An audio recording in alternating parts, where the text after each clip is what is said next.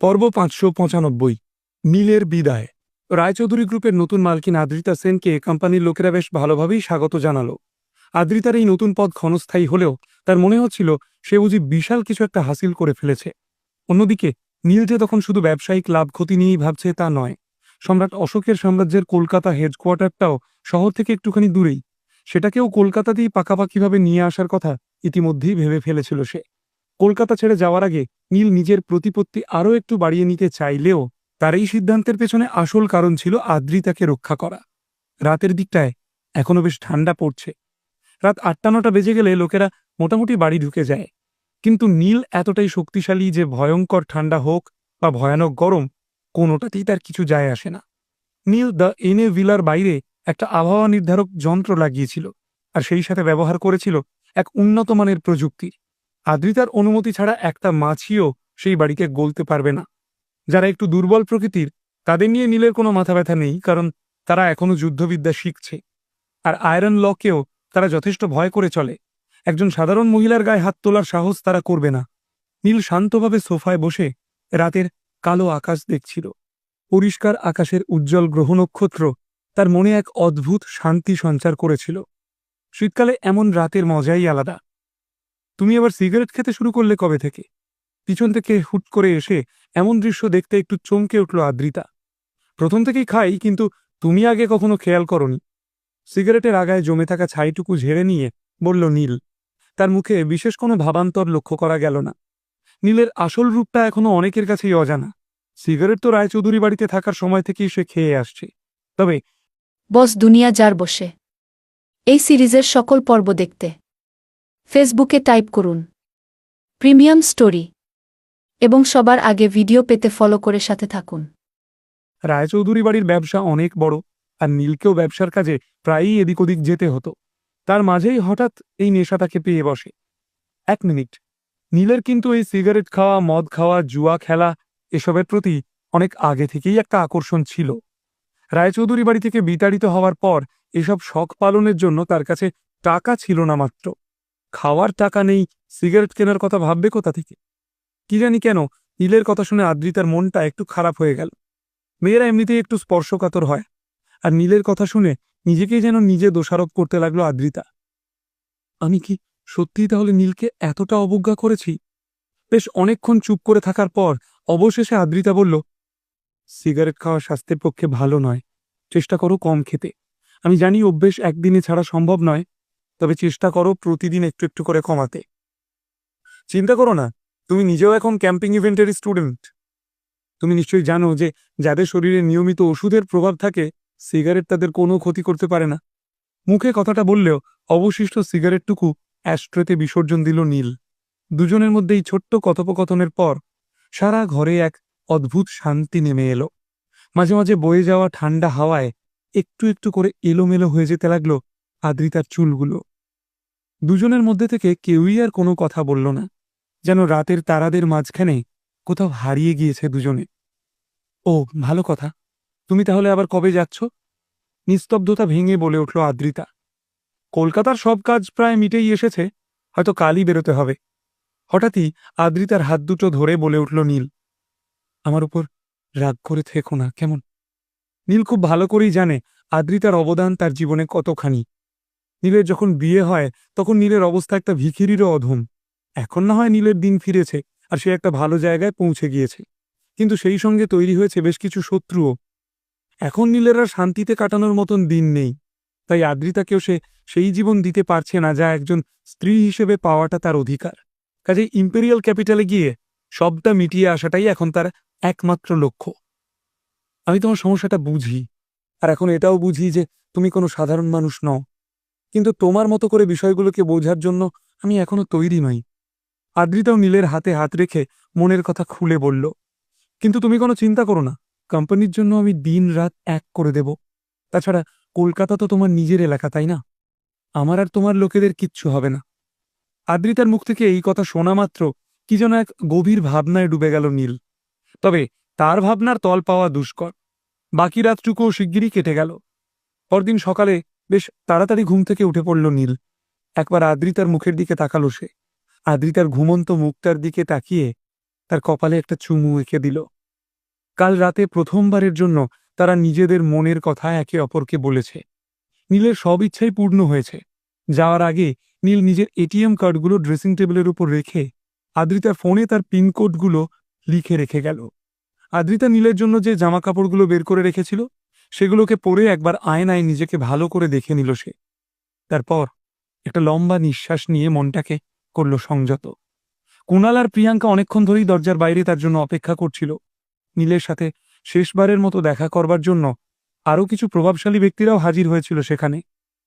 ওরে বাবা, সবাই তো দেখছি বেশ তাড়াতাড়ি উঠে পড়েছে।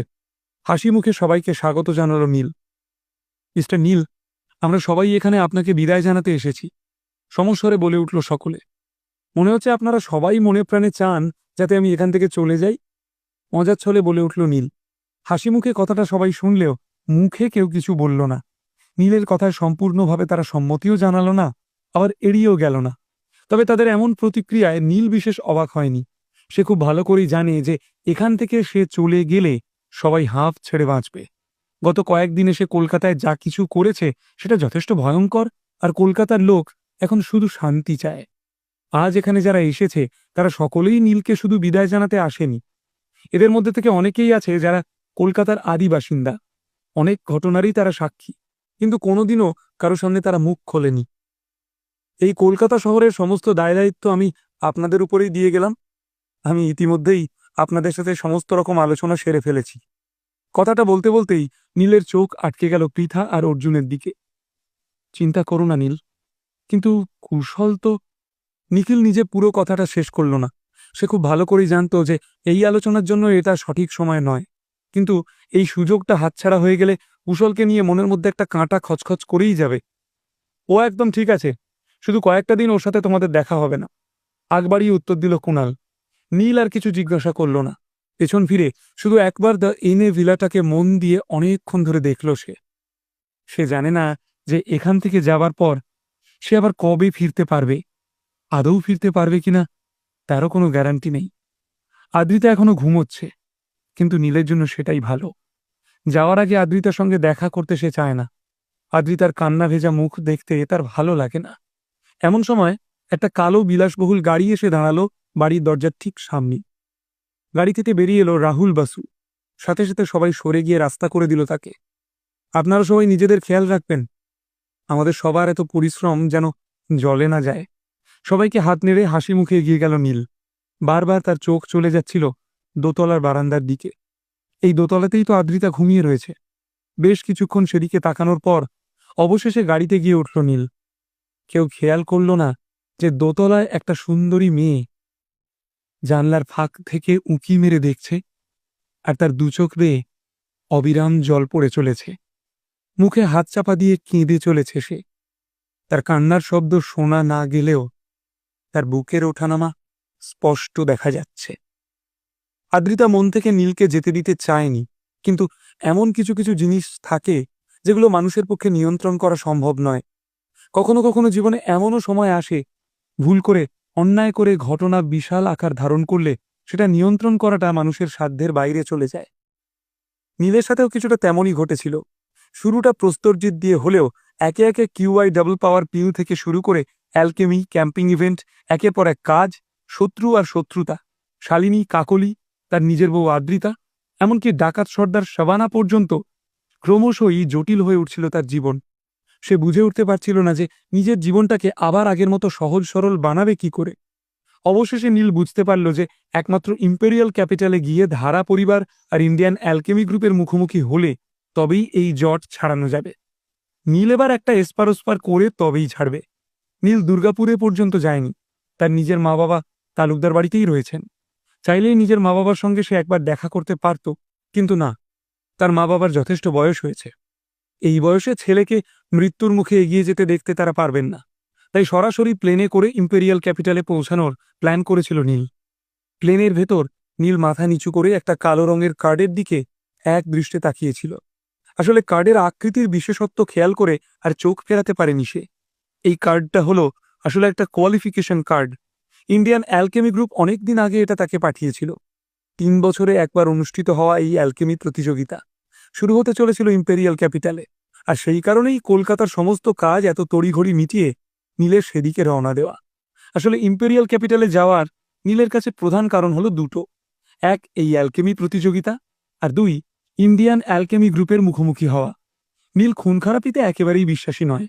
এইবার শারীরিক আর মানসিক দুদিক থেকেই সম্পূর্ণভাবে তৈরি হয়ে এসেছিল সে। তুমি কি অ্যালকেমিস্ট? হঠাৎই একটা অচেনা গলার স্বর শোনা গেল। মোবাইলটার থেকে মনোযোগ সরিয়ে মাথা তুলে পেছন ফিরে চাইল নীল। কথাগুলোর মালিক হলো একটি মেয়ে। বয়সে নীলের প্রায় সমবয়সী হবে। বড় বড় চোখে মেয়েটি চেয়ে রয়েছে নীলের দিকে। আপনি কি এই কার্ডটা আগে কখনো দেখেছেন? কার্ডটা নিজের হাতের তালুর উপর রেখে মেয়েটিকে দেখালো নীল। মেয়েটির উত্তর শোনার জন্য তার ভীষণ কৌতূহল হচ্ছে। ইন্ডিয়ান অ্যালকেমি গ্রুপের দেওয়া এই কোয়ালিফিকেশন কার্ড সম্পর্কে সাধারণ মানুষেরা কিছুই জানে না। মেয়েটির করা প্রশ্নটাই সেই কথার প্রত্যক্ষ প্রমাণ। হ্যাঁ, দেখেছি তো। আমি ক্যাপিটাল। হঠাৎই কথা বলতে বলতে মেয়েটা চুপ করে গেল, আর তারপর গম্ভীর মুখে নীলের দিকে তাকিয়ে বলল, আচ্ছা, সত্যিই কি তুমি একজন অ্যালকেমিস্ট? কেন জানি না আমার মনে হচ্ছে যে তুমি কিছুতেই একজন অ্যালকেমিস্ট হতে পারো না। আমার শরীরের ঠিক কোন অংশটা দেখে আপনার মনে হচ্ছে যে আমি অ্যালকেমিস্ট নই? ভুরু কুঁচকে প্রশ্ন করল নীল। অ্যালকেমিস্টরা সাধারণত বেশ হোমরা চোমরা লোক হয়, কিন্তু তোমার হাবভাব ঠিক। বাকি কথাটুকু আর শেষ করার প্রয়োজন বোধ করল না মেয়েটা। হঠাৎ তার গলার স্বরটুকু গেল পাল্টে। মনে হচ্ছে কার্ডটা তুমি কোথাও একটা কুড়িয়ে পেয়েছো, তাই না? এটা অন্য কোনো অ্যালকেমিস্টের কার্ড, তাই তুমি এটাকে এত মন দিয়ে দেখছো। ইম্পেরিয়াল ক্যাপিটালের অ্যালকেমি কম্পিটিশন যথেষ্ট কঠিন একটা জায়গা। তুমি অভিজ্ঞতার জন্য এসে থাকলে এসব ছলনার আশ্রয় নেওয়ার তো কোনো প্রয়োজন নেই। যার থেকে এই কার্ডটা তুমি চুরি করেছো তাকে ফেরত দিয়ে দিলেই বরং ভালো। একের পর এক নিজের মন গড়া কথা বলেই চলল মেয়েটা। নীলকে কোনো কিছু বোঝানোর কোনো সুযোগই দিল না সে। নীল কি মেয়েটাকে নিজের আসল পরিচয়টা বোঝাতে পারবে? এই নতুন মেয়েটি কি নীলের বন্ধু হতে চলেছে? আদ্রিতার বিচ্ছেদ বেদনা কি তবে কাটিয়ে উঠতে চলেছে নীল? নীলের অনুপস্থিতিতে কি কলকাতা আক্রমণ করবে তার শত্রুরা? ঠিক কি করা হয়েছে কুশলের সঙ্গে?